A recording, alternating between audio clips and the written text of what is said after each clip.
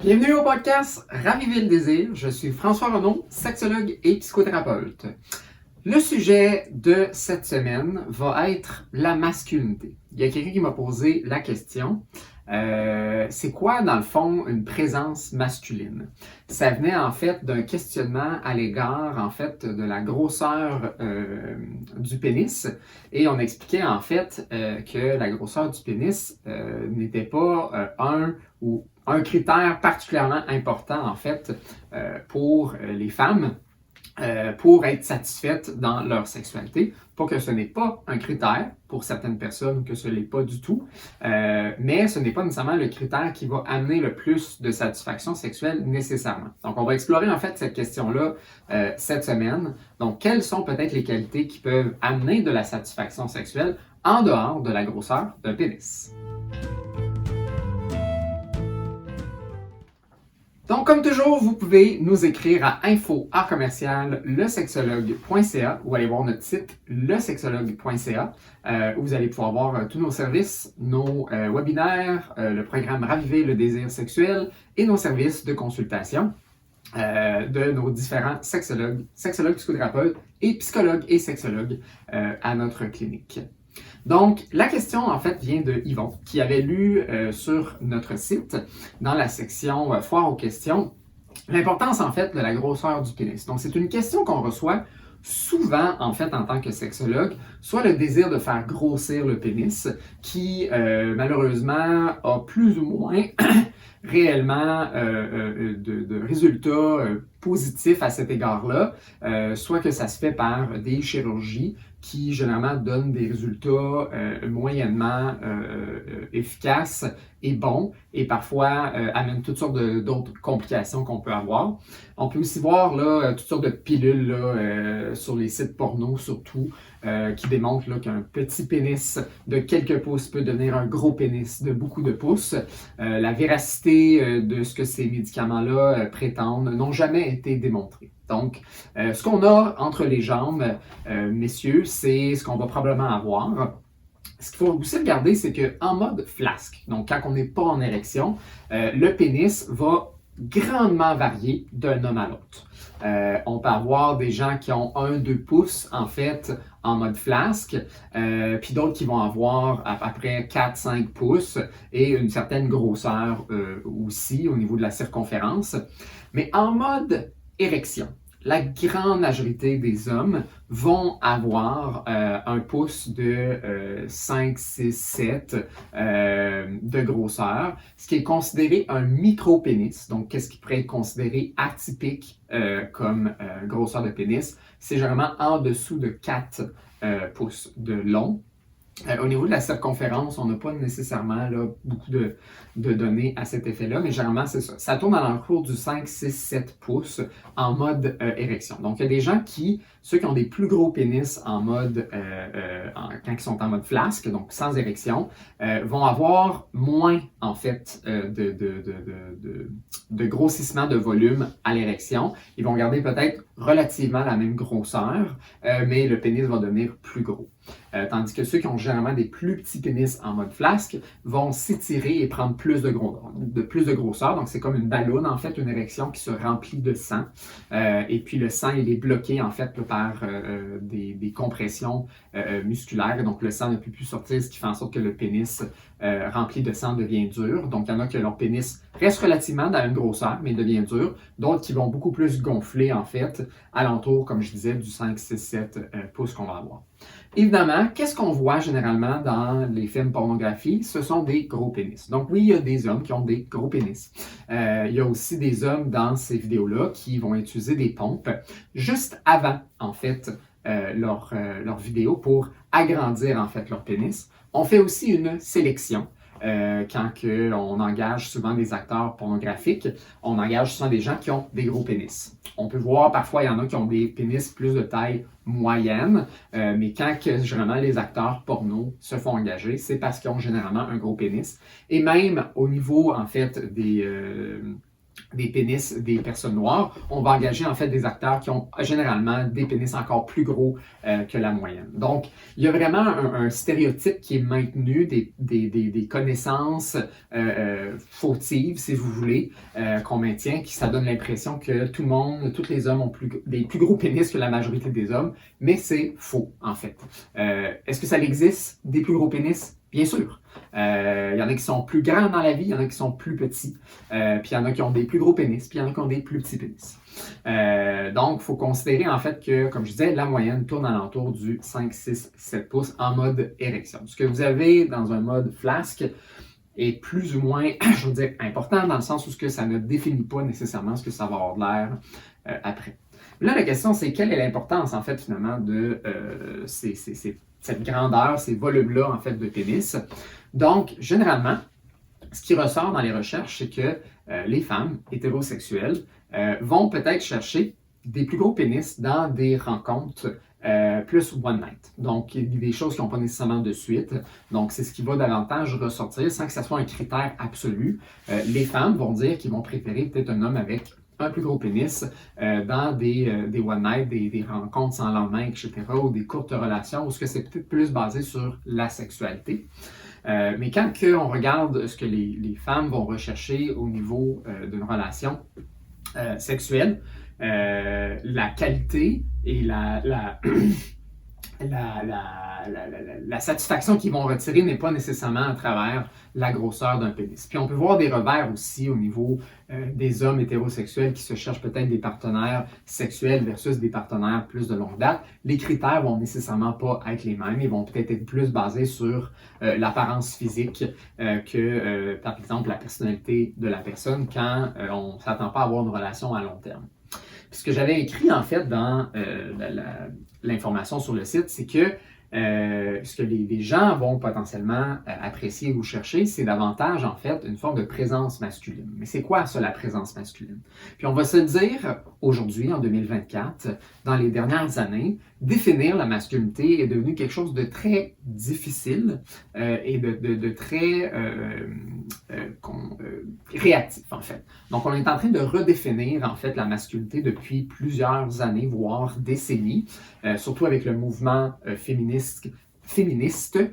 qui est arrivé là, il y a plusieurs décennies aussi, puis même ça se redéfinit, là, les mouvements changent, il y a eu plusieurs vagues en fait du féminisme, et donc on redéfinit aussi c'est quoi être une femme, et les hommes aussi, on est en transition par rapport à ça. Mais c'est quoi avoir une présence sexuelle masculine sans tomber dans des stéréotypes, sans tomber dans le conservatisme, et comment on peut s'identifier, puis sans avoir l'impression qu'on exclut certaines personnes ou d'autres.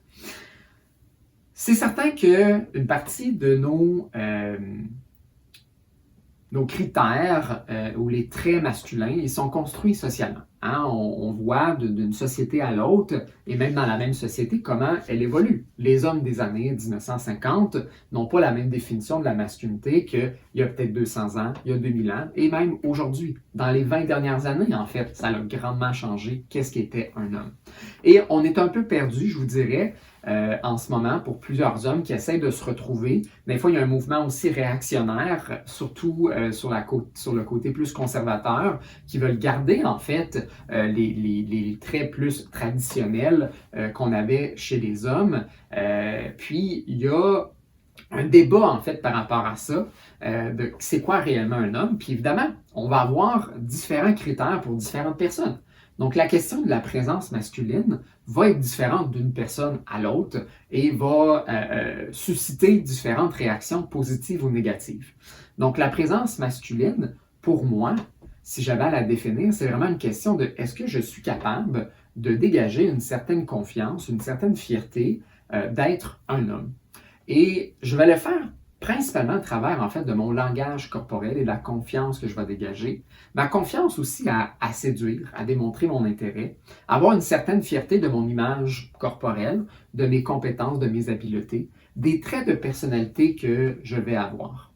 Puis, il y a certaines tendances qu'on va percevoir, par exemple, au niveau de la masculinité puis de la féminité, au niveau des traits dans le langage corporel qu'on va avoir. Donc, on peut rentrer dans ces critères-là ou pas. Mais on peut voir que même socialement, dans différentes cultures, il y a quand même certaines similitudes qui vont ressortir, puis aussi nécessairement certaines différences corporelles qui vont ressortir parce qu'on a quand même une physiologie qui est différente. Et donc, à l'enfance, on le voit moins ça parce que cette physiologie-là, elle est moins différente, mais même assez jeune, en fait, on peut voir certaines différences à ce niveau-là. Certaines choses sont apprises socialement, d'autres sont plus apprises parce on a des corps différents. Mais par exemple, les hommes, généralement, vont avoir une certaine carrure dans la manière qu'ils vont gesticuler, qu'ils vont parler, qu'ils vont bouger les bras, la manière qu'ils vont marcher. Et les femmes, généralement, vont avoir une certaine fluidité dans la manière qu'ils vont bouger, parler, marcher, etc., les postures qu'ils vont prendre. Puis évidemment, il y a certaines de ces choses-là qui sont apprises. On peut le voir chez certains hommes qui, on va considérer plus efféminés, par exemple, vont prendre des tendances plus généralement féminines. Ça fait en sorte que ces hommes-là sont moins masculins, sont moins fiers, sont moins centrés ou ont moins bonne confiance? Pas nécessairement. Mais de façon générale, on va remarquer que certaines formes de mouvement vont être attribuées plus aux femmes, d'autres vont être attribuées plus aux hommes. Et ces impacts-là, bien, on les a appris socialement et vont avoir des impacts sur justement le désir, sur comment qu'on perçoit, comment qu'on ressent notre partenaire à ce moment-là. À vous de choisir, en fait, quel genre de masculinité vous voulez dégager. Donc, est-ce que vous voulez dégager une certaine carrure? Est-ce que vous voulez dégager peut-être une certaine fluidité? Un mélange entre les deux? C'est à vous de choisir. Mais ce que ça va avoir comme impact, c'est que ça va attirer et ça va avoir une influence différente sur l'excitation, le désir, en fait, de l'autre personne. Donc, c'est à vous demander comment est-ce que je veux répondre peut-être aux désirs, aux besoins de ma partenaire, par exemple, et quel genre aussi de femme je veux peut-être attirer. Donc, souvent, il y a une forme de complémentarité qui se fait au niveau de nos valeurs, de comment on perçoit les hommes, les femmes, comment ils bougent, quel genre de traits ils vont avoir. Et nos traits de personnalité aussi sont dégagés par notre expression corporelle. Donc, une personne, justement, qui a une certaine confiance, qui est fière, va avoir aussi une certaine posture, en fait, de confiance. Tandis qu'une personne plus timide, plus gênée, qui a peut-être moins confiance, va aussi avoir aussi une posture qui va potentiellement le démontrer aussi ce manque de confiance-là, ou du moins cette timidité-là, cette gêne-là. On est capable de percevoir dans des interactions sociales la gêne et la timidité des gens. C'est notre capacité de mind mapper justement les émotions, de déterminer en fait comment on caractérise certaines personnes. Et donc, la masculinité, généralement, surtout dans notre société nord-américaine, on va avoir une certaine carrure dans la manière qu'on va approcher l'autre, surtout dans la séduction, dans notre expression de notre désir, tandis que les femmes sont peut-être plus dans une forme de fluidité, il y a quelque chose de plus cassé en fait. Là, les femmes vont peut-être parler plus avec un bras cassé, vont peut-être tourner un peu leurs cheveux, vont créer ici un peu des creux dans leur cou, tandis que si un homme fait ce genre d'expression-là, va peut-être être perçu comme étant plus efféminé et va peut-être avoir moins peut-être d'impact dans sa séduction. Ça peut plaire à certaines personnes. Mais de façon générale, on va voir qu'une certaine carrure chez les hommes, la manière qu'on va aller chercher en fait notre partenaire, comment qu'on va la prendre, comment qu'on va l'embrasser, il y a une certaine tonicité dans notre approche qu'on va avoir. Donc pas quelque chose de rigide, mais une certaine tonicité qu'on va caractériser plus au niveau de la masculinité que de la féminité. Et donc, c'est là que ça devient difficile de ne pas rentrer, évidemment, comme je disais au début, de rentrer dans des stéréotypes. Il y a certainement des gens peut-être qui m'écoutent en ce moment qui n'adhèrent pas à ça. C'est tout à fait correct. Il y a des gens qui sont non-binaires, il y a des gens qui sont trans, il y a des gens qui n'adhèrent juste pas en fait à ces standards-là plus traditionnels. C'est tout à fait correct si ce n'est pas. C'est juste de comprendre que ces standards-là, nos valeurs, nos perceptions, les traits et les caractéristiques qu'on associe à la masculinité ou la féminité ne sont pas nécessairement partagés pour tout le monde. Et avec qui on partage des similarités par rapport à ça, c'est probablement le genre de personne qu'on va davantage attirer. Donc, c'est à vous de déterminer quel est le genre de présence masculine que je veux avoir et quel genre de présence féminine peut-être que je veux attirer. Le podcast ici est resté quand même au niveau plus, je vous dirais, là, peut-être des gens hétérosexuels. Évidemment, tout ça se redéfinit au niveau des couples lesbiennes et homosexuels. Pour revenir en fait un peu en arrière par rapport à la grosseur du pénis. Chez les femmes, effectivement, on va remarquer, hétérosexuelles, on va remarquer que la grosseur du pénis porte peut-être moins d'importance. Par contre, ce que je remarque cliniquement, et ce qu'on me rapporte en fait de la communauté homosexuelle gay, c'est souvent en fait que les hommes, en fait, par contre, gays, donne beaucoup d'importance, en fait, à la grosseur du pénis. Il y a un culte, en fait, entourant ça. J'ai beaucoup de gens qui, justement, n'ont peut-être pas des gros pénis, qui me consultent, qui viennent de la communauté homosexuelle et qui trouvent ça difficile parce qu'ils reçoivent, en fait, plusieurs commentaires, rejets à l'égard de leur pénis qui est d'une taille tout à fait normale, parfois peut-être dans la moyenne plus petite, mais qui trouvent ça difficile parce qu'ils vivent beaucoup de rejets. Évidemment, ce n'est pas tous les homosexuels. C'est souvent dans des contextes, tout comme les femmes hétérosexuelles, de relations peut-être éphémères, de courte durée, de one night. Mais il y a quand même un culte plus important alentour de ça. Et je voulais quand même faire cette distinction-là, malgré que ce n'est pas nécessairement le cas pour tout le monde. Il y a quand même une différence qui émerge en fait là, entre la communauté hétérosexuelle et les hommes homosexuels. Il y a aussi toute la question de l'efféminité chez ou dans la communauté gay. Donc, une des choses, en fait, que les gens ont tendance à faire ou à voir ou parler, c'est le fameux gaydar. Je ne sais pas si vous avez déjà entendu parler de ça. C'est notre capacité à déterminer qui est gay, qui est lesbienne, puis qui est hétérosexuel. Et ces critères-là sont souvent basés sur le degré de féminité et de masculinité qu'on va percevoir en fait chez une personne. Et donc, on va souvent attribuer, par exemple, des caractéristiques plus efféminées chez un homme comme étant quelqu'un qui est potentiellement, probablement plus homosexuel. Et l'inverse chez les femmes, donc une femme qui aurait des traits peut-être plus masculins dans son langage corporel, dans certaines caractéristiques ou apparences, on va associer ça parfois à peut-être des femmes qui sont lesbiennes ou attirées envers les femmes.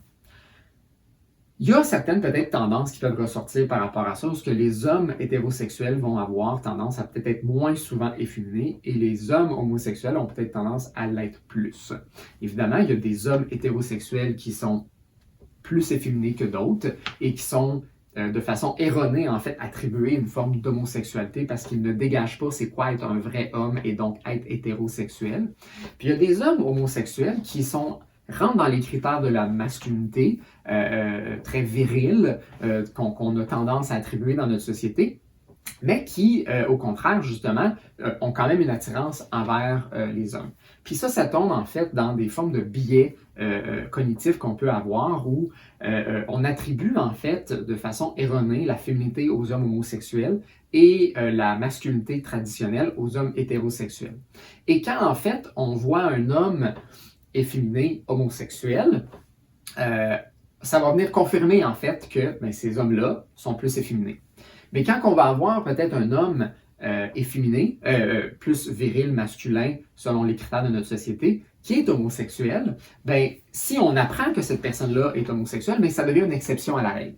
Ou en fait, on va assumer que cette personne-là hétérosexuelle parce qu'elle ne nous a pas nécessairement dévoilé son orientation.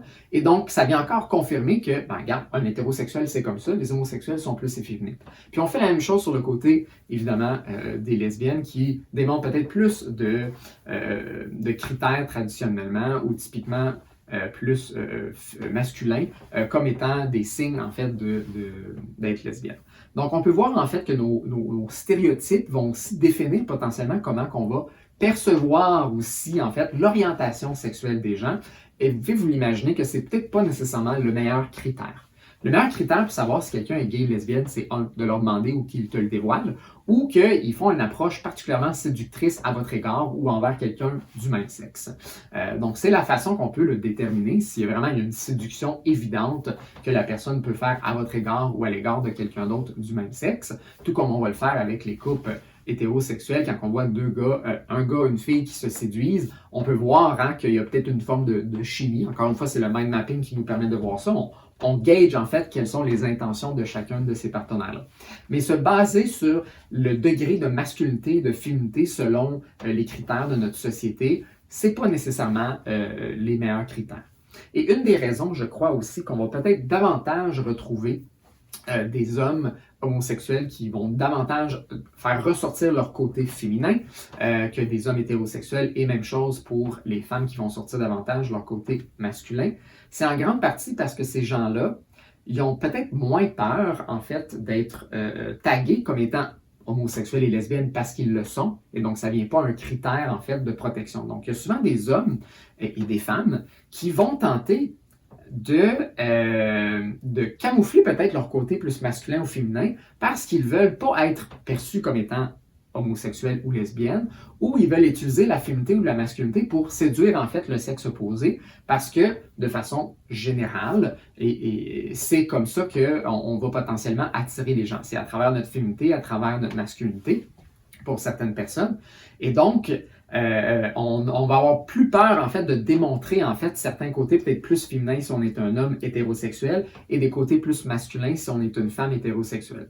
Tandis que les homosexuels et les lesbiennes ont peut-être en fait une certaine liberté par rapport à ça parce qu'ils sont moins concernés par peut-être comment les gens vont les percevoir. Si évidemment ce sont des gens là, qui ont assumé leur orientation sexuelle puis qui sont pas dans la crainte d'homophobie quelconque, vont peut-être davantage démontrer en fait des côtés que les hétérosexuels vont avoir plus peur. Fait qu'il y a une certaine liberté en fait qui va peut-être ressortir à ce niveau-là, où on n'a pas peur, on est plus près de peut-être qui on est en réalité à ce niveau-là, tandis que des fois peut-être les personnes hétérosexuelles vont peut-être camoufler ou se brimer dans qui ils sont, comment ils s'expriment. Évidemment, je ne suis pas en train de dire que si vous êtes très féminin et très masculin, que vous n'êtes pas à l'aise avec votre masculinité, votre féminité, puis que vous cachez des choses, puis vous vous laissez pas. Il y a des gens qui savent vraiment comment qu'ils sont, puis ils aiment être de cette façon-là, puis c'est tout à fait correct. C'est ce qu'ils ont appris, c'est ce qu'ils ont développé dans leur confiance et dans leur assertivité sexuelle. Mais il y en a d'autres peut-être qui se limitent dans la posture qu'ils vont prendre. Ils vont peut-être prendre des postures plus masculines ou féminines pour rentrer dans les critères de la société. Donc, c'est à vous de vous questionner où est-ce que vous vous situez là-dedans. Puis, qu'est-ce qui va faire en sorte qu'une relation sexuelle va être satisfaisante? C'est si vous êtes à l'aise. À l'aise et assertif avec qui vous êtes dans votre féminité, dans votre masculinité.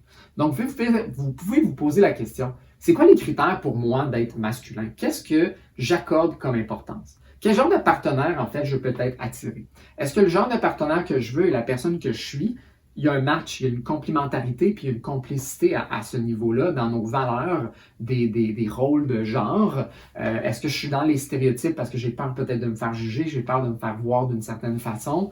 Est-ce que je pourrais me sentir plus libre à exprimer peut-être des caractéristiques masculines ou féminines, malgré que peut-être la société adhère moins peut-être à ces critères-là? Puis les gens justement qui vont être à l'aise avec ça, mais c'est les gens en fait que dans leur sexualité, ils vont être aussi à l'aise par la suite. Puis c'est ça qui va donner en réalité une qualité à vos relations sexuelles. Vous avez écouté le podcast Raviver le désir. Je suis François Renaud, sexologue et psychothérapeute, créateur du programme Raviver le désir sexuel, disponible en ligne.